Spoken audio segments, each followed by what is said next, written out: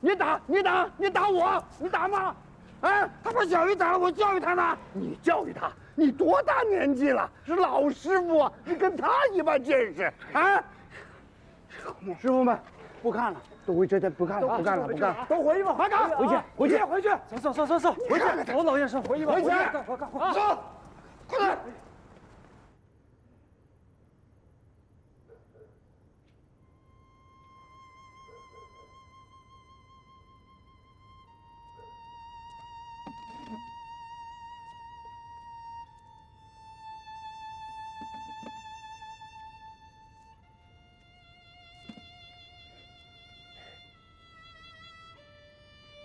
怎么了？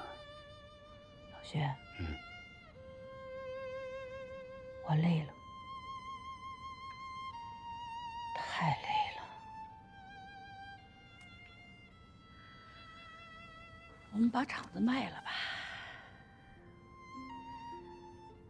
有人要就给人家，没人要，咱也关门。反正轩家的工人到哪儿去都是个宝。你说这些话干什么？因为我心力交瘁，我撑不下去了。老薛，你想想，咱们俩这几十年了，我怎么都没觉得我跟你过过一天幸福的日子呢？你说说，人家像我一样大的女人，要么游游山，要么玩玩水。我呢，每天一睁眼睛我就忙忙叨叨的，不知道忙些什么，就想着今天有没有订单呢？啊，明天有没有订单啊？要是没有订单了，这给工人发工资可拿什么发呀？我太累了，我就是不想干了，我也不想让这个厂子把我这一辈子都拖累死。好了，不要说这些话了，也都怪我，怪我做的不好，让你跟着我受苦受难了。哎呀，行了，这几十年了，你就是这2句话，也没什么用，我也不想听了。那当年我不顾师傅的阻拦，执意要去干这个机械制厂，就因为机械制好赚钱。那跟你现在搞这个宣纸文创不是一个道理吗？你要这么说的话，那我是能理解一点。师傅不理解，当年桃花镇那么多人都不理解，那说我什么不讲良心、忘恩负义，还有什么背叛师门，是吧？其实他们说什么，我不在乎，我最在乎的就是师傅和师娘是怎么想的。我10岁进的轩家，是他俩2口一手把我拉扯大的，管我吃，管我睡，还给我教手艺。我师傅在外边从来都不说我是他的徒弟，他一直说小民子是我的帮儿。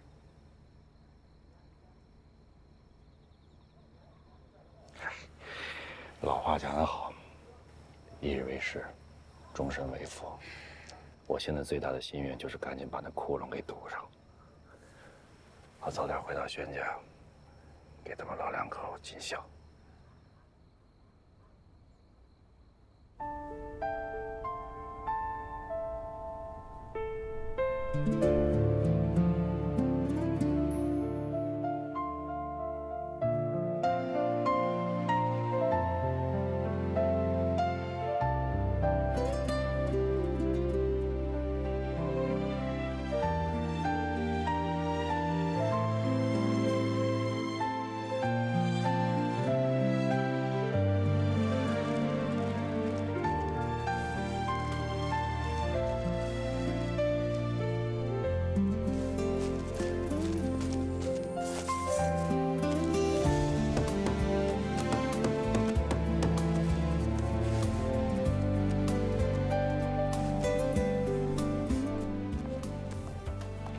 董事长，自从我们开辟了宣纸笔记本这个订单业务，1个月之内业务量暴涨了60%。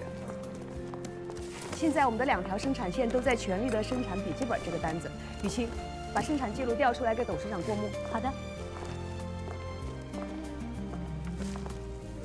这个小本子呀，还是有点意思啊。哎，这就是你上次说的那个年轻人设计的。对，这个小伙子，我觉得他非常有潜力。他是北工大工艺美术设计系毕业的，回来以后就一门心思的钻研宣纸文创。我正想跟您汇报，我想促成他和大雅宅后续的绑定合作。到你办公室谈一谈。来。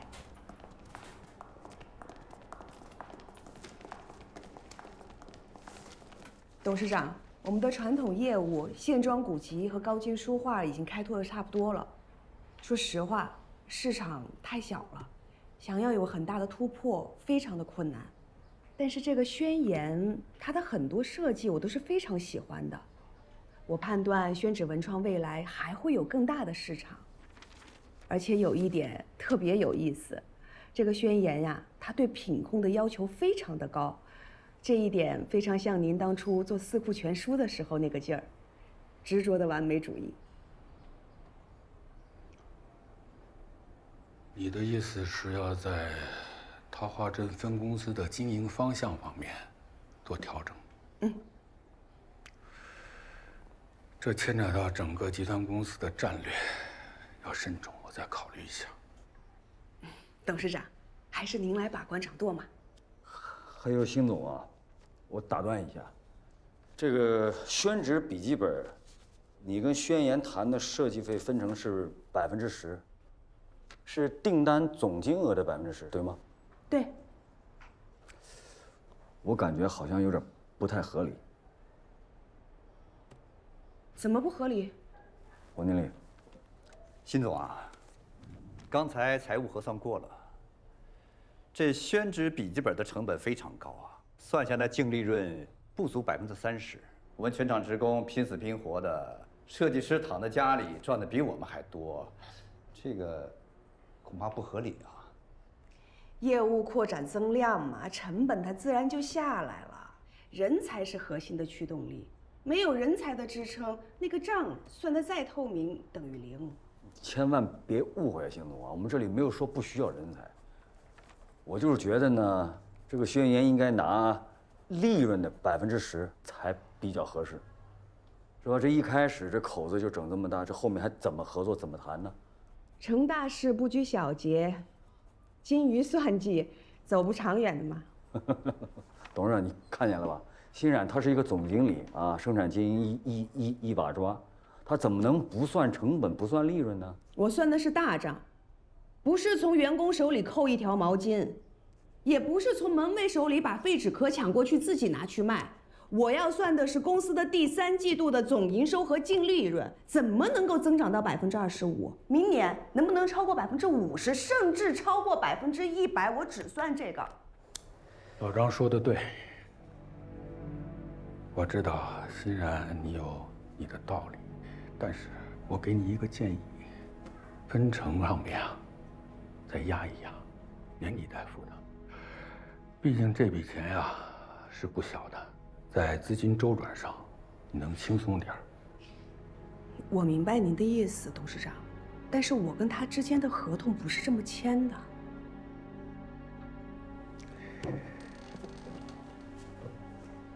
这个宣言呀，他再有才，也是一个在寻找机会的年轻人，而你呢，你的位置一定要站准啊！你是甲方啊，要把掌控权、主动权牢牢地抓在自己手里。中国有句古话呀，叫“慈不掌兵”啊。作为公司的领导，不能只讲究以心换心，不是所有人都懂得感恩的，在关键的时候一定要杀伐决断，绝不能留情面。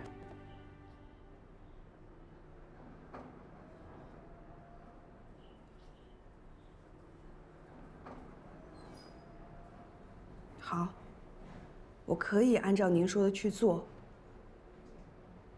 但是有句话，我也想先说在前面。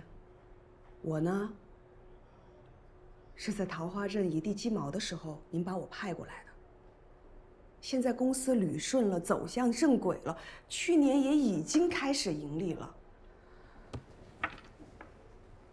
董事长，您是了解我的，我也有我的抱负。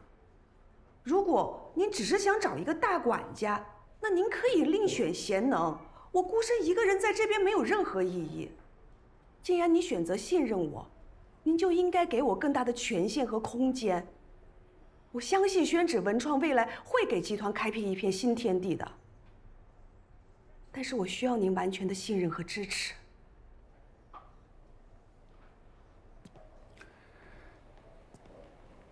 我要是不信任你，能把你放在这个位置上吗？嗯，在用人上、用钱上，我从来都没有干涉过你吧，对不对？这也是我一直以来特别感谢你的。好，咱们到此为止，多说一句话都是废话。我只强调一点，今年的利润率要超过去年的50%，明年翻一番做得到吗？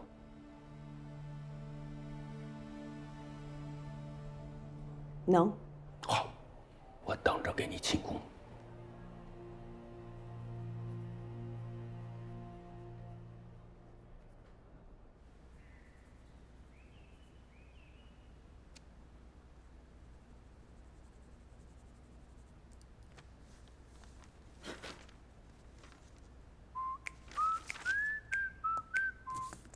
喂妈，怎么了？啊？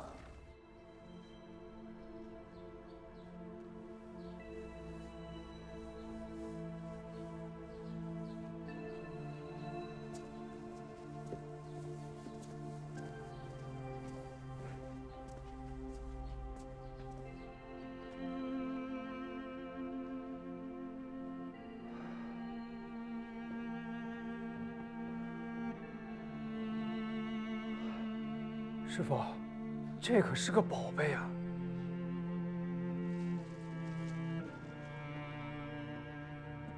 你看这画工，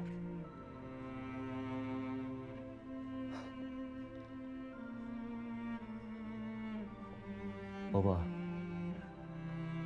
林然，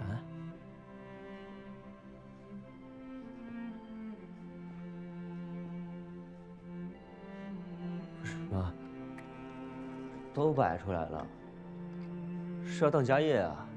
宣言，瞎说什么？我宣永年无能，走到今天这地步，我只能当家业了。这些宝贝摆到宣家好几百年了，传到我宣永年的手上，竟然没有把它做好。宣家的下一代又不接续祖先的产业，这有什么办法？留着也没什么用，干脆给他处理了。处理呢还有些钱，有了钱，工厂就能坚持一下。实在支撑不住，那就只能各奔东西了。没办法的事儿。老柯子、张璐。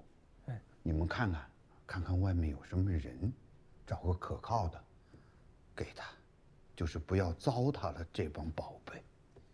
永年，这些都是宣家的根脉，你把它都卖了，咱这……师傅，您先别着急，厂子还没走到绝路呢。我去找找之前认识的老板们，入股合作经营不是也是条路吗？咱们仓库里边不还有好多纸呢吗？我去跑业务，我去卖，咱们一定能支撑下去的。宣言，你脑子灵光，你替你爸爸想想，还有没有别的路子？别指望他，指望不上。那您告诉我，怎么才叫能指望得上呢？啊，到纸厂就像您一样去捞纸，就能赚着钱了，就能让厂子经营下去了，这就叫能指望得上了。爸，您要是真把这些东西都卖了的话，您还有脸见祖宗啊？姚豪，你心里还有祖宗啊？宣家35代了，要早一点有你这个英才，啊，用不着我来辱没祖宗。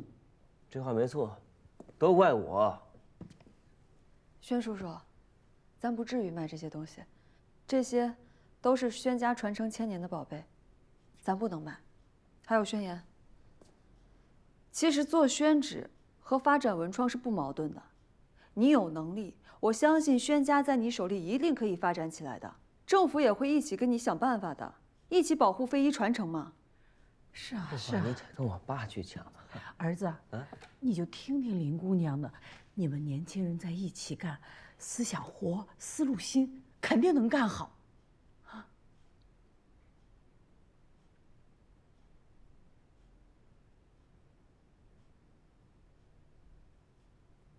不是你们，怎么枪口都冲着我来了？不是我爸要当家业吗？是，可是我们宣家现在已经走上绝路了，你难道没有个态度啊？我能有什么态度吗？这个家您最知道了吧？我爸想一出是一出，他想要做的，不管是对与错啊，我们都得执行，都得按他的来，对吗？卖就卖吧。哎呀，我有病，我吃错药了。我把祖宗的东西就随便卖，你心里有没有谱啊？他能听得清这些道理吗？他要早听得清这些道理，事儿就不会发展到今天这个地步。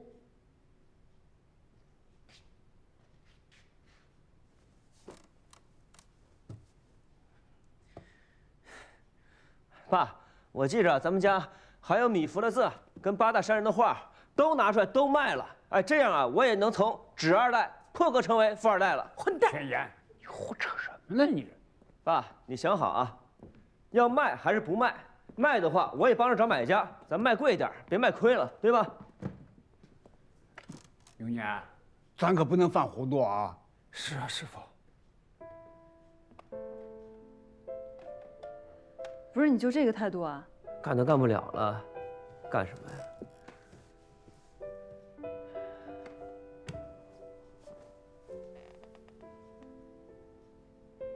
卖了，把宣家的家业，还有宣家祖上的这个脸，一块儿都卖了，那才叫过瘾。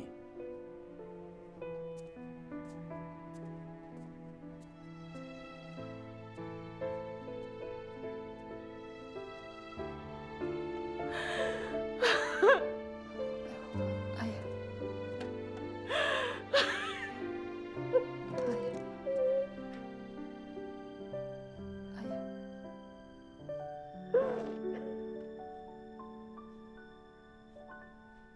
我以前啊听我爸爸讲过，他们家古代文人字画5、60张，随便拿出一个米芾的字，多少钱？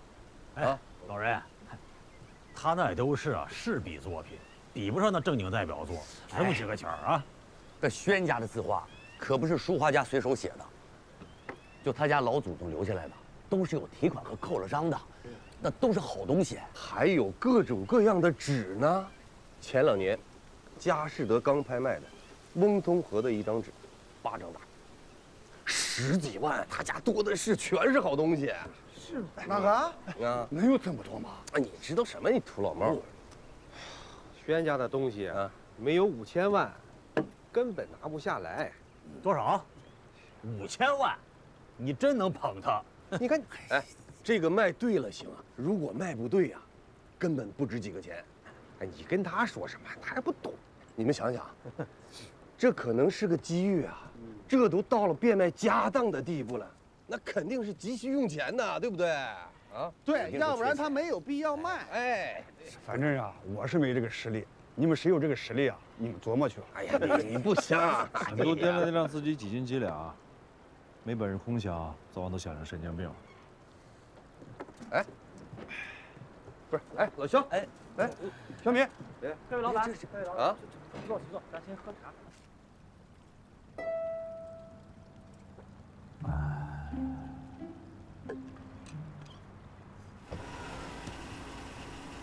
文言，来了。干什么呢？玩呢，干嘛玩？别碰！这什么呀？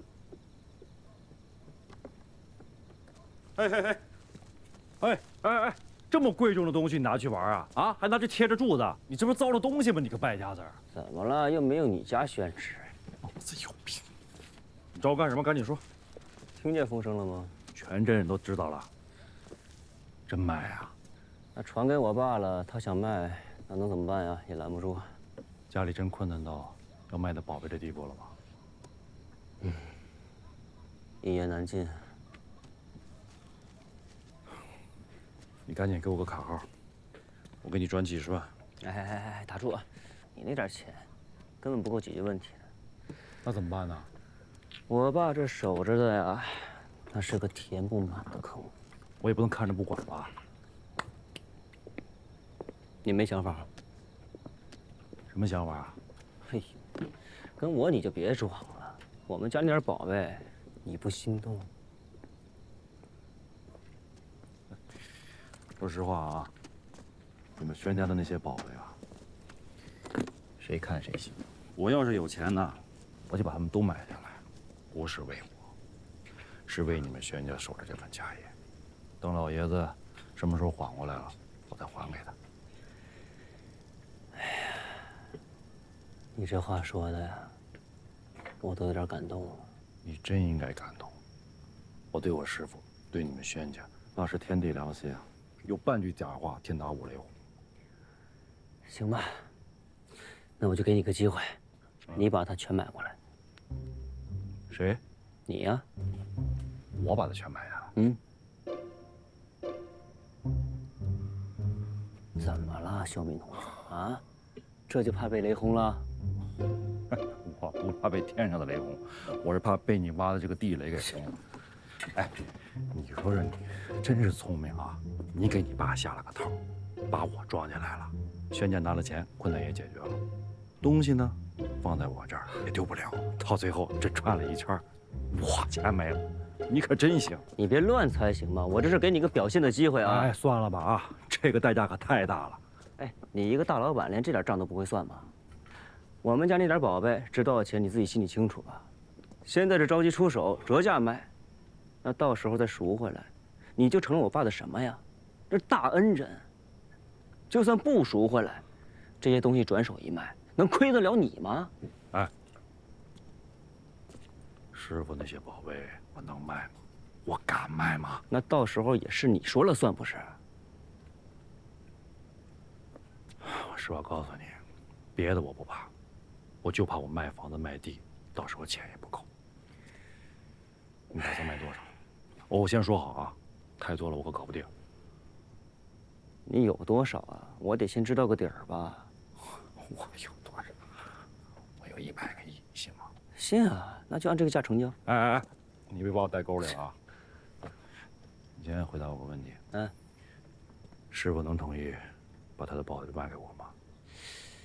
哎呦，你呀，确实是有点难，所以我还得想个人，以他的名义来买，用你来花钱。你准备找谁啊？欣然。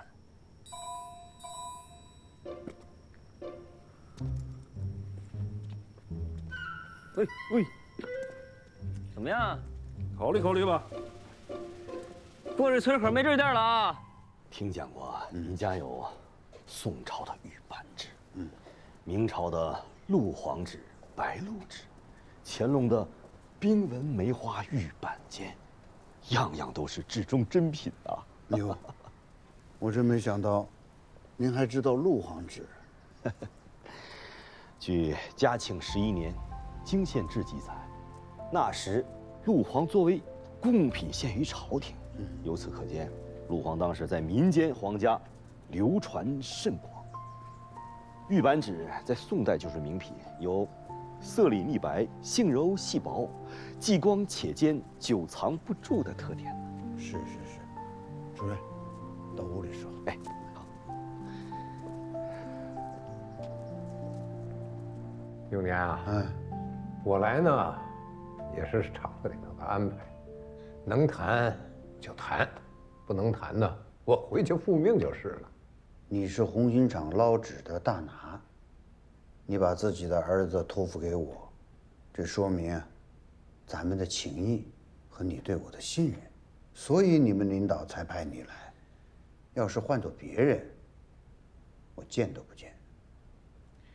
老薛呀，红星厂啊，毕竟是的，我轩远年经营无方，现在呢，卖祖宗的家业，但是我不需要可怜，咱们是朋友，你到我这儿来喝两杯，咱们聚一聚，我特别高兴。但是要谈公事儿，咱们打住。怎么办？谈都没谈呢，廖主任，那请吧。哎呀，永年啊，黄土都埋了半截的人了，有些事儿啊，该过去了。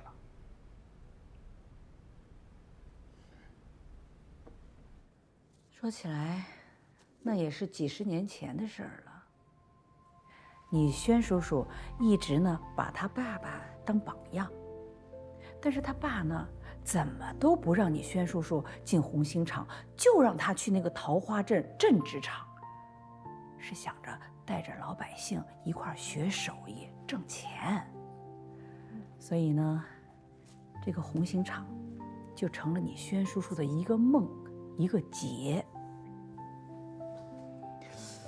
后来大概在90年的时候吧，这政府呢又提倡，桃花镇镇纸厂跟红星厂合并，这一下，你轩叔叔那个梦终于实现了。哎呀，你都不知道，他第一天进厂子的时候，那神气的，那高兴的。可是没半年，他把厂子里的徒弟都得罪完了。你知道为什么吗？你叔叔管理工人，靠的是老祖宗传下来的那点规矩，可是人家红星厂是国营的，人家认的是制度，所以呢就有了矛盾，而且这个矛盾呢就越来越激烈。最让你叔叔伤心的是，那些曾经给他敬过茶的那些徒弟都把他告了，然后那些领导也是的，不分青红皂白，就要让你叔叔给自己的徒弟道歉。你想一想，你轩叔那脾气，那能给徒弟道歉吗？是不是？我特别理解轩叔叔，这自古以来哪有师傅给徒弟道歉的？真要道歉了，这师傅还怎么当啊？你轩叔就是这么想的，所以一气之下就从红星厂出来了，不干了，而且发誓这辈子都不进红星厂的门，不跟他们玩，不跟他们合作。红星厂伤了他的心了。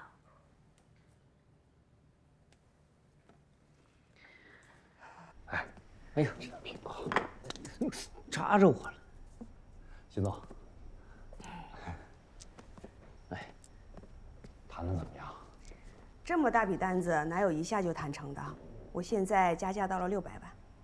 600万？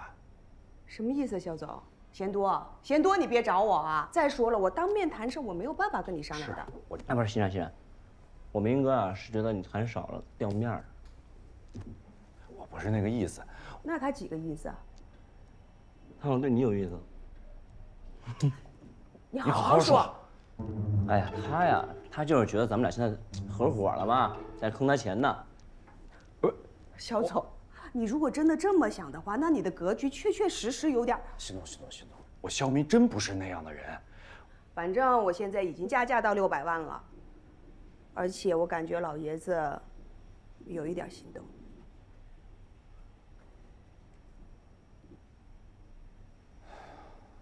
那就好，只要师傅能同意，再多加点也行。格局打开了。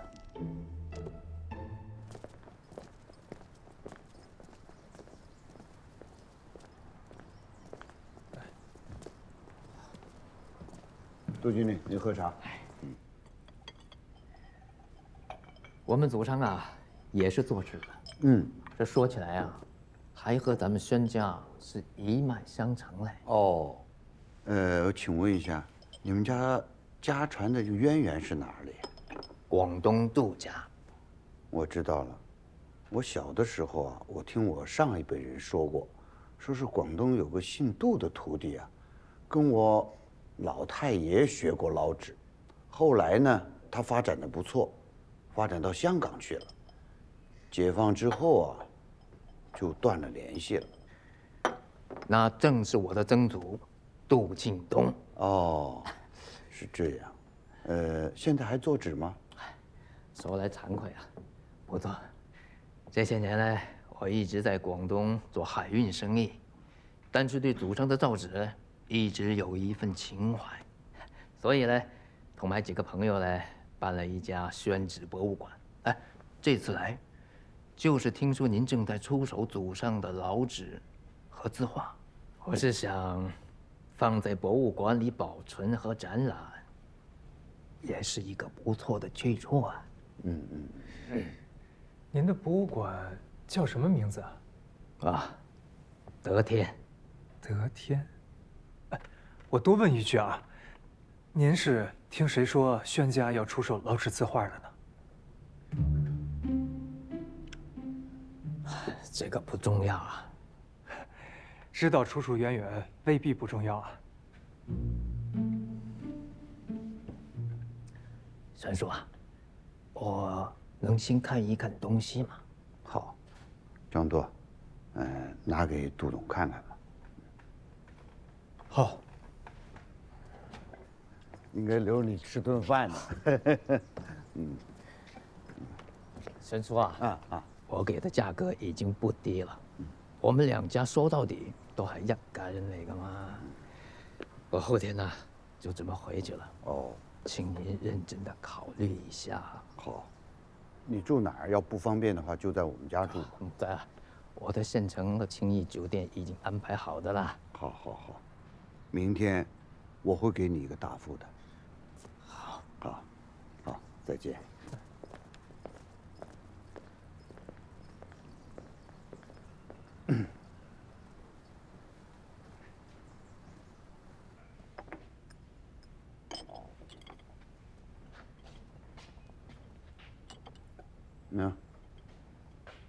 师傅，哎，这个人感觉不太对劲啊。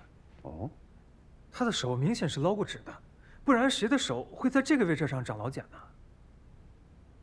那他捞过纸又怎么了？至少他骗了你啊！骗我？他拿钱买东西，他骗不骗我又怎么了？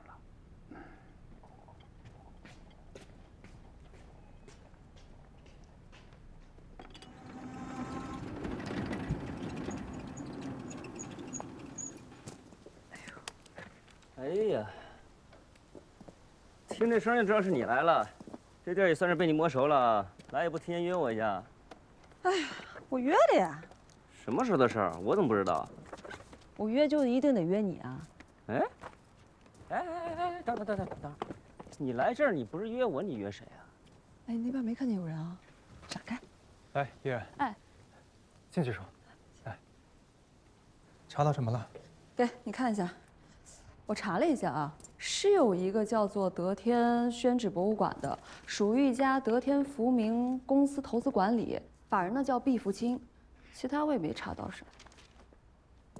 不是你们两个聊什么呢？啊？这个公司背着20多个官司，这不太正常吧？所以我才说啊，这家公司有猫腻。哦，对了，你说的这个杜总应该是合伙人对吧？嗯。可是他不是这家公司的股东啊！你们俩真拿我当空气呢？你在乎吗你？我怎么不在乎了？那是我们家宝贝，我不得选个好人家？这个杜总，我跟他握手的时候发现，他的这双手绝对是捞过纸的。可是他非说他是个商人，不捞纸。他说他做这个博物馆是为了情怀，可我给他看宝贝的时候，他一点兴奋感都没有，就他的那个眼神里都没有光。或者啊，我觉得有没有这种可能呢？就是要谈价格了，他不能那么主动。有这个可能。不行啊！我听了半天了啊，这人绝对不靠谱，绝对不能卖给他。可是师傅已经心动了，我走的时候，他跟师娘正在商量这个事儿。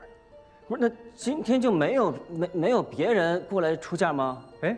欣冉来了。对呀，欣冉来了呀。他出600万，人家杜总出1000万，换你卖谁？出这么多，那也不能卖给杜总。哎，我真看不懂你啊！杜总出1000万不卖，欣冉出600万你就卖？啊，不是，我说都不卖，都不卖。你们知道我现在最好奇的是什么吗？他一个所谓的广东人，他是怎么知道咱们这儿有宝贝的消息呢？所以说呀，这里面一定是有猫腻的，绝对不能让他得逞了。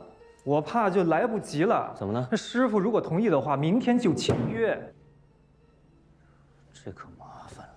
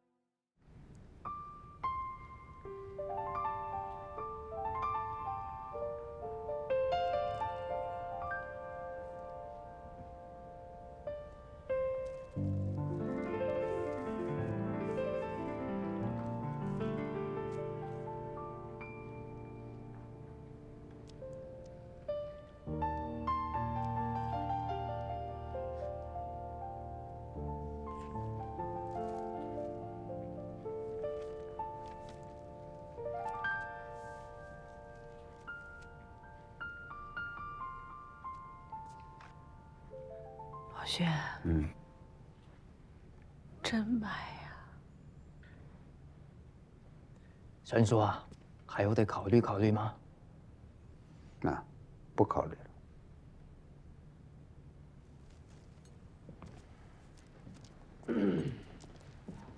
没我什么事儿的话，我先走了。你等一下，你先坐下。卖的是宣家的传家宝，你是宣家人，你得签字才行。哎呀，我算哪根葱啊？这家不还是你说了算了？你也得签字啊，你不同意，怎么卖呢？你是老子，你先签，你不签，我就不签。行了，什么时候了，爷俩还在这儿较劲。宣总，您看之前不是我跟您先谈的吗？现在是突然之间想要签别人了？这做生意嘛，总想谈出一个好的价钱，这也是人之常情嘛。明白。但是最初我的报价600万只是一个意向嘛，如果您这边觉得价格不合适，我们是可以再谈的。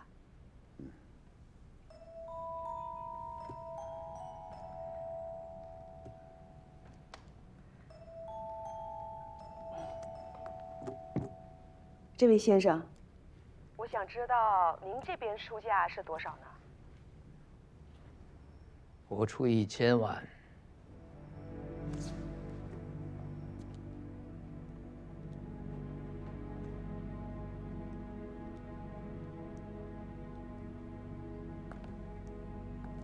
宣总，我这边也可以同样出价1000万。哎呦我的娘！但是凡事是要讲一个先来后到的。既然我这边先跟您谈，是不是考虑再给我们一个机会？陈叔，我不管你跟他是什么时候谈的，总之是没有谈成。1000万的价码是我们之前谈定的，您不能到了签合同的时候再坐地起价。咱们宣家做生意，可不是这样不讲规矩的吧？我们宣家是讲规矩的，您刚才说的有道理。杜总，我想插句嘴啊，您认不认识蒋二虎啊？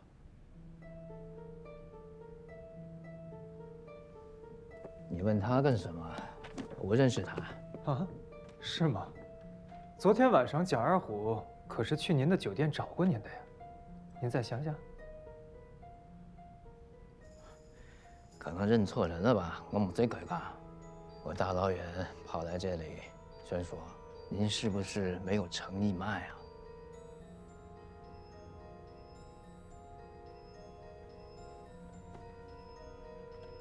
宣总，我这边出价1200万。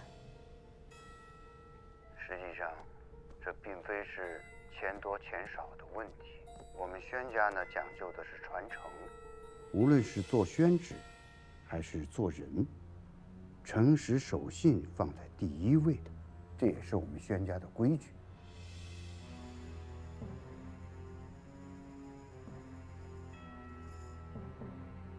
宣舍，好，我签。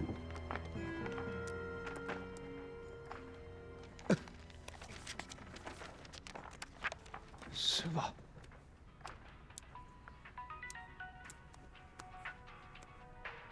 师傅，等我一下，先别签。喂，哎，我也得签，我不得好好看看。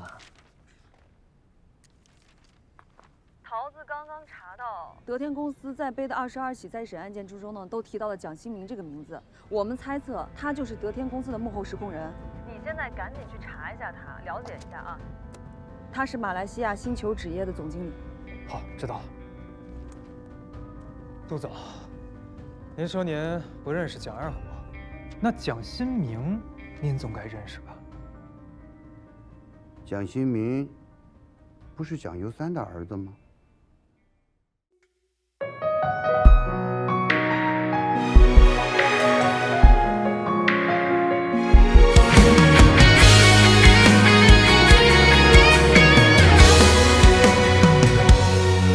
一张薄薄的宣纸，承载千年的底蕴，祖辈传承着记忆，一脉经揣一成息。淡淡墨香飘江南，千年古镇有灵气。那人那方那工艺，留下多少传奇？这山水灵气，有多少故事？只此那情侣，养育着土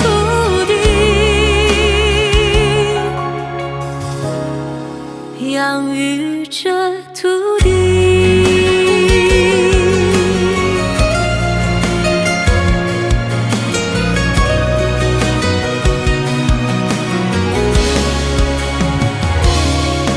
一张薄薄的宣纸，承载千年的底蕴，祖辈传承着记忆，一脉经揣一成息。